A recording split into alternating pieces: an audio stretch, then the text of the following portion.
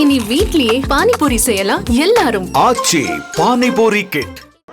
அனைவருக்கும் வணக்கம். தமிழக சட்டமன்ற இந்த கூடின வேளையில் பட்ஜெட் தாக்கல் செய்த இந்த நேரத்தில் தமிழக மக்களுக்கு மிகப்பெரிய ஏமாற்றத்தையும் அதிர்ச்சியும் தந்திருக்கக்கூடிய செய்திகள் வந்து கொண்டே இருக்கிறது.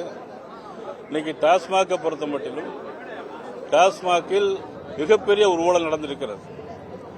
கிட்டத்தட்ட சொல்லப்போனால் டெல்லியை காட்டிலும் அதிர்ச்சி அளிக்க வேண்டிய தகவல்கள் நிறைய வந்துகிட்டே இருக்கு. ஒரு பாட்டிலுக்கு 10 ரூபா வாங்கியிருக்கிறாங்க, 10 ரூபாயிலிருந்து 30 ரூபா வரைக்கும் வாங்குறாங்க. இது அந்த டாஸ்மாக் உற்பத்தி செய்யக்கூடிய ஃபேக்டரியிலையும் வாங்குறாங்க, பிறகு விற்பனை செய்யக்கூடிய ரீட்டைல் கடைகளிலையும் எல்லாரும் இரவு 10 மணிக்கு மேலே இவ்வளவு ரூபா கொடுத்து வாங்கணுங்கிறது அமைச்சர்களுக்கு அந்த மாதிரியான செய்திகள் இங்க வந்திருக்குது.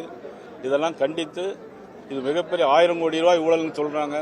ஆனால் அதையும் தாண்டி இன்னும் என்னெல்லாம் நடக்க போகுது என்பது தெரியவில்லை. ஆகவே அதனை கண்டித்து நாங்கள் இன்றைக்கு பாரதிய ஜனதா கட்சியின் சார்பாக திருமதி வானதி சீனிவாசன் அவர்கள், அண்ணன் திரு காந்தி அவர்கள் இன்னைக்கு நாங்கள் வெளிநடப்பு செய்திருக்கிறோம். எங்களுடைய உறுப்பினர் சட்டமன்ற உறுப்பினர் மதிப்புக்குரிய திருமதி சரஸ்வதி அவர்கள் இன்னைக்கு வரவில்லை.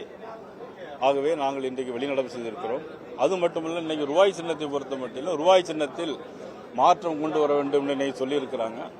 ஆனால் இதெல்லாம் எங்களை பொறுத்த மட்டும் எங்களுடைய கேள்வி என்னன்னா, இதை கொண்டு வரும்போதே ஏன் எதிர்க்கவில்லை? இந்த சின்னத்தை உருவாக்கியது திமுக எம்எல்ஏ திரு தர்மலிங்கத்துடைய மகன் உதயகுமார், உங்களுக்கு எல்லாம் தெரியும்.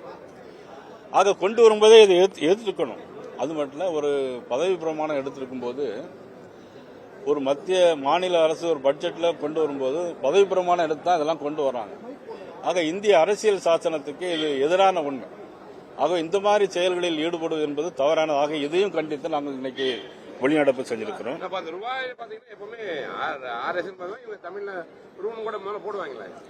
ரூ போடுவாங்க, இருந்தாலும் சர்வதேச அளவில் இன்னைக்கு ரூபாய்னா எப்படி தெரியும்? அந்த சிம்பிள் தானே தெரியும். அது செய்ய வேண்டிய அவசியம் இப்ப என்ன வந்திருக்கிறது? இப்ப ஏதாவது அதனால மாற்றம் கொண்டு வந்தா மக்கள் மனசுல ஏதாவது மாற்றம் வருமா என்ன? இல்லல்ல, இது தேவையா? இப்போ அப்ப கொண்டு வரும்போதே எடுத்துக்க வேண்டியதானே. அது கொண்டு வந்ததே திமுக எம்எல்ஏ சந்தானம் கொண்டு வந்திருக்கிறாங்க.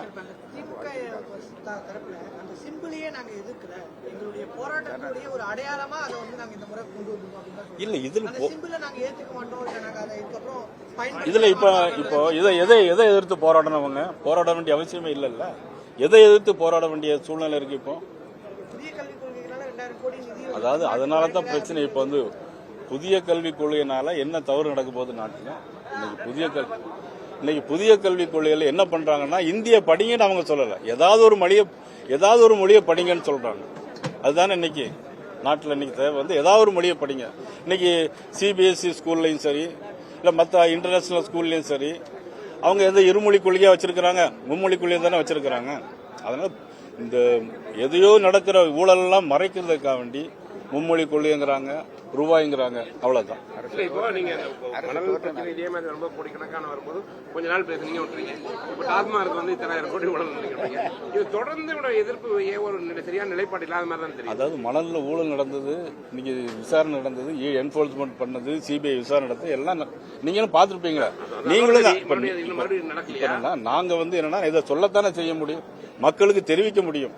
நீங்க அதை உங்க பத்திரிகையிலும் ஊடகத்திலையும் நீங்க மக்களுக்கு தொடர்ந்து ஞாபகப்படுத்த வேண்டிய வேலையே உங்க வேலை தான். எதிர்கட்சி நீங்க எல்லாம் பண்ணலாம். கண்டிப்பா அதான் பண்ணிட்டு இருக்கோம். இப்போ இனி வீட்லயே பானிபூரி செய்யலாம் எல்லாரும். ஆச்சி பானிபூரி கிட். செய்திகளை உடனுக்குடனும் துல்லியமாகவும் தெரிந்து கொள்ள சப்ஸ்கிரைப் பண்ணுங்க.